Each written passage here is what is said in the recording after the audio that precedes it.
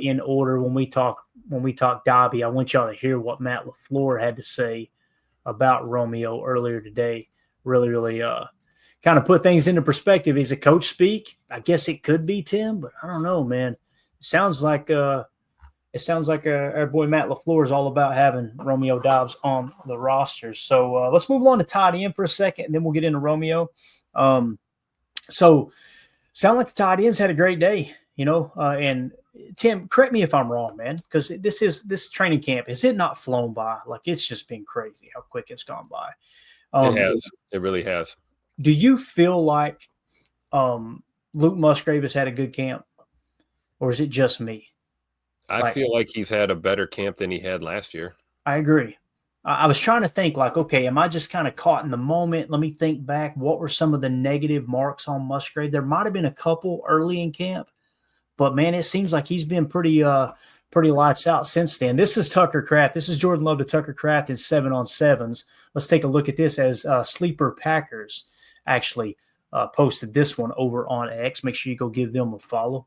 And let's watch this play here to Tucker Kraft. He's going to be working off the other side. So we're nub left on this look. Okay, so he's tied in on the left side and over the back of the end zone, butt naked through the trailer park. You notice there's a defender lane over there too. It looked like he might have cooked somebody on that little post route or whatever it was. Maybe it was a dig or a kind of a choice route. But you'll notice at the end here, there is a DB laying over there. Oh, yeah. The guy was supposed to be covering him. So Tucker Kraft looking good out here today against the Seahawks too, man. I mean, he's a freak. You got someone that big and strong running routes like a wideout. That can be a little intimidating for a corner, I would think, especially in a 7-on-7 scenario. So maybe he slipped on purpose so he didn't get run over by the freight train coming at him. I don't know. Could have been, man. So here's another tweet. I won't pull it up. I'll just read it. But it says, Wes Hodkowitz, Luke Musgrave has been unreal today. So sounds like Luke Musgrave had a great day. And then Baz has a clip here for us of Musgrave making a catch. Let's see if we can get this one up here. Yeah, Baz said this also came from chase.nits on IG. And let's see if we could pick up Musgrave making a nice grab here. I'm trying to see if he's attached. Yeah, he was attached. A little chip, leak out. Now he's going to – little scramble drill. Look at my man. Oh, nice. That's a beautiful grab right there, man. Let's bring it back to the catch real quick. Watch, guys. It's all kind of off the mark. That's a great hands catch back across his body. And by the way, I say off the mark, but watch Malik Willis throwing on the run here, changing the arm angle. Malik Willis had a hell of a camp too, man. Holy cow. He's so good at that throwing on the run like that. And Musgrave, you're right. I mean, is it just me or does Musgrave look like he put on some muscle? He looks a little bigger than he did last year. He doesn't look like the baby reindeer anymore. And sometimes you look at Tucker Kraft, you see Ben Sims, Fitzpatrick, Musgrave. At a glance, at these guys like very similar builds. We've got some big boy tight ends, and if Musgrave has a great season this year, we're gonna be a force to be reckoned with between him and Tuck Norris there as our tight ends. And then we talked about the camp that Fitzpatrick's had so far too. So this is a good time of year to start get the wheels turning, right? Yeah, this is a contested catch too, Tim. Look at this, man. He got a hand on his chest and then swatting back at it. Like notice his feet too when he lands. Look how nimble. He Musgrave stayed on his feet. Yeah, I mean that. And seriously, look at his feet coming down, square up, bounce back out, get some yak, cover the ball up. Yep, that's a good rep there, man. Good rep. And that's 11-on-11, obviously. So, and like you said, scramble drill, right? Find your quarterback, get back to the football, give him a target. Yeah. Absolutely. Work across the field like that. Look at him back cut on the DB. That's beautiful. And with the way the receiver room is a little beat up right now, Tim, probably going to have to press into 12 in the first few weeks of the season, man. It's good to see Musgrave kind of peaking here for sure, man. As Coach Lynn says, in 12 personnel, Musgrave could be a problem. It's a great point because teams have got to choose. Like if you don't know what we mean by 12 personnel, if you're new here, I apologize. 12 is one running back, two tight ends, okay? That's what that means. So that means that one running back, two tight ends, obviously you only got two receivers. So typically a two wide receiver set, when they go to call in the defense from the sideline, they're going to call in a base defense against a 12 personnel, unless you've got a tight end who's just a Jimmy Graham type where he's going to essentially play receiver. That's not necessarily the case with either Musgrave or Kraft. Obviously, you probably treat it like 12. So when you treat it like 12 personnel, you're going to trigger your 4-3 base or your 34 base. So now the problem becomes who is covering the tight ends. I think it was Wildy on his show while he was live at camp earlier today. He had mentioned that they came out in a 2x2 set out of 12 personnel. And if people are wondering, okay, what does that matter? A 2x2 set, meaning they had 4 wide receivers. Okay, so they were kind of in that balanced spread, what we call Doubs spread, right? And the 2 inside guys were tight ends. So now you got to decide: do you put backers out there? Do you leave an extra backer in the box and bring the safety down to cover him? And that's where the mismatch comes into play, and exactly what Coach Lynn's talking about there. Musgrave could be a problem. Could you imagine?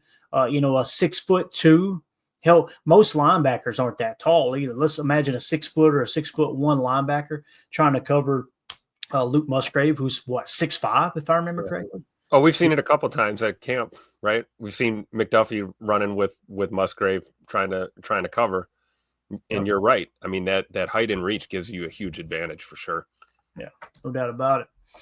All right, let's move it along here. Let's talk a little Romeo Doubs as he flashed a little bit today. Remember, I mentioned that defender earlier. Don't worry, you're going to get yours here in a little bit, right? Well, here he is. Witherspoon going to get a little taste of Romeo Doubs. This came in from Baz on X and Chase.Nits on IG. Let's watch this rep here. 87 on Witherspoon. Let's see if Romeo cooks him here. Golden eyes completely on Rome too. Watching the rep. Oh my goodness gracious! We got another. I just caught the ball. Tim, we got another one here, man. Let me back it up. If you guys would screen grab that for me, draw me an arrow. I need an arrow right here. That's the look we're looking for. Go ahead and get your screen grab.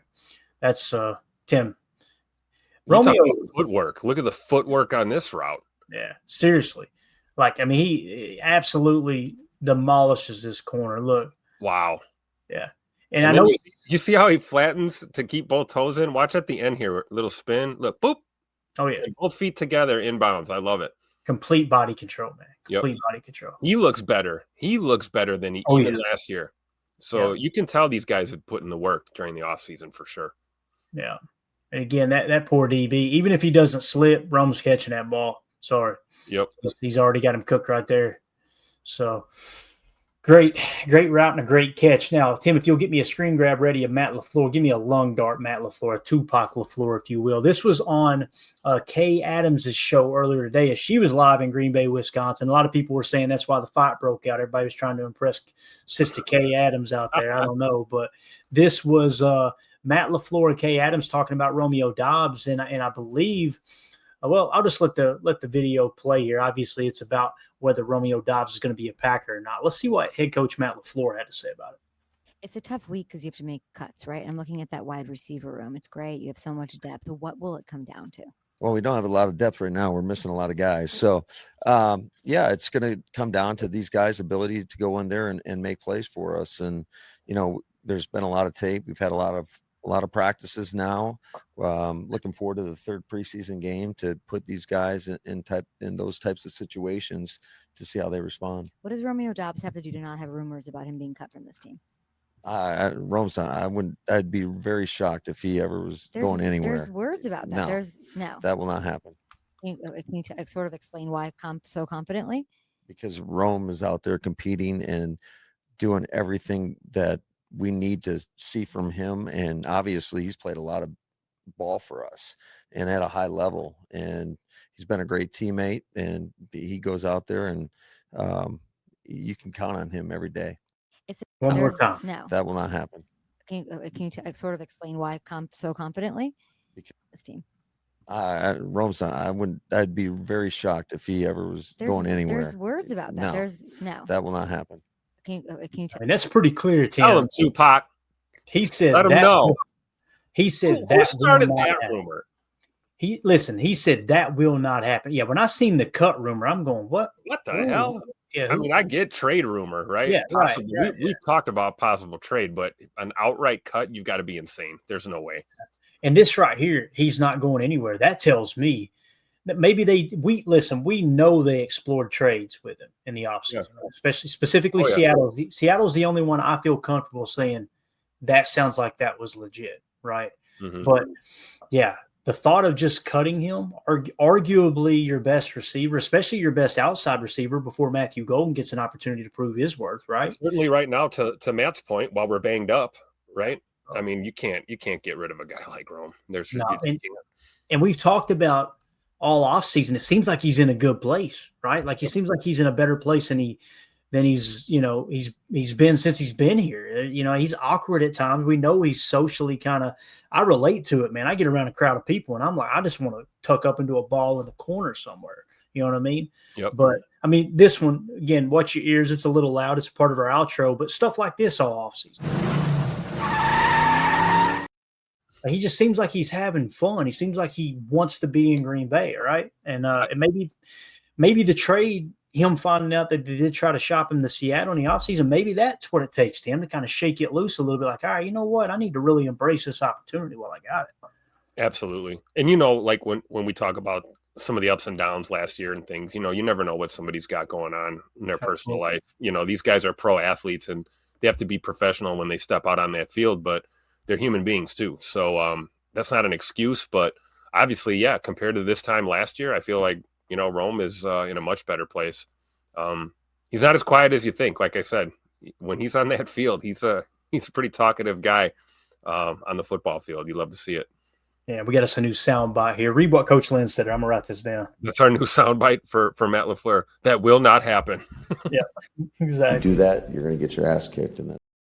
Very well said, Coach. We'll get that one in the hopper for you there, Coach. Appreciate the recommendation there. So up next here, Baz put another one out. Malik Willis has been cooking the Seattle defense so far today. Let's watch this clip here of Malik Willis in 11 on 11. Let's see. We'll kind of give you a little play-by-play, a little motion there from Doubs. So Doubs lines up in the 2 on the left now. Looks like a dub set with the tight end right. Yep, he's going to chip come out. Malik looking comfortable in the pocket. A little hole shot there. Let's go. Yeah. Let's go. Look at a little busted coverage. Yeah. But again, that was Romeo, wasn't it? Was it not? I think so, right? And then Malik floats it in between the corner and the safety. Yeah, so you see Rome motioned over to the 2. And I think, is that an empty? No, we still got a back there. I was seeing this single-digit number and thought that might be Jacobs out there, but we definitely got a back in the backfield. We're in a sidecar right. Okay, let's see if Romeo, yeah, so they're going to bounce out. Another great route by Doubs. Did you see that little stutter? Oh yeah. Oh, so that was McCole Hardman that runs kind of a hybrid of a slant and a shallow post type route. And what they did was they had McCole in the 1 and they had Doubs in the 2, right inside. So McCole goes out, runs a post. Doubs runs a wheel route off the backside of it. So that's what that was, a wheel route. Let's take it back to the move you're talking about here, Tim. So again, watch Doubs. Oh, yeah, a little stutter. Yeah. Out and up type thing. Oh, man. Look at that DB. Who is that? Was that Witherspoon again that got cooked? I hope it was. Withering that spoon all day long. No doubt about it. No, but yeah, that was a nice little out and up, it looked like. Very, very similar to a wheel route. You get to the sideline and obviously you're breaking out toward the sideline. That was someone else. I just saw Witherspoon's on Golden again here on the left side. So that's a different DB, right? That's right. Witherspoon 21. Yeah. Okay. So we're just going down the list of DBs on Seattle that we cooked today. Love it. And the route on this side, you notice, is a wrap, what we call a wrap concept, okay? And what it is, the tight end's going to chip. He's going to come out, run a curl route. And with the reason it's called wrap is Matthew Golden, the 1, is going to run a dig route right over top of it. So you wrap around the curl, and it kind of creates that I guess kind of a high-low read, if you will. Watch right here. You see the tight end sit, and Golden's wrapping. Yep. And then, of course, the coverage is busted on the opposite side. So, great job, Malik Willis, finding the solution to that problem there for sure, man. Yeah. And, I like your comment about him being comfortable in the pocket because we know how mobile of a quarterback Malik Willis is. We know he can throw on the run. We know he gives us an advantage, especially with the, RPO and RPR kind of options in this offense. But to see him stand comfortably in the pocket and just pick apart a defense, that really makes you feel good about your QB2 for sure.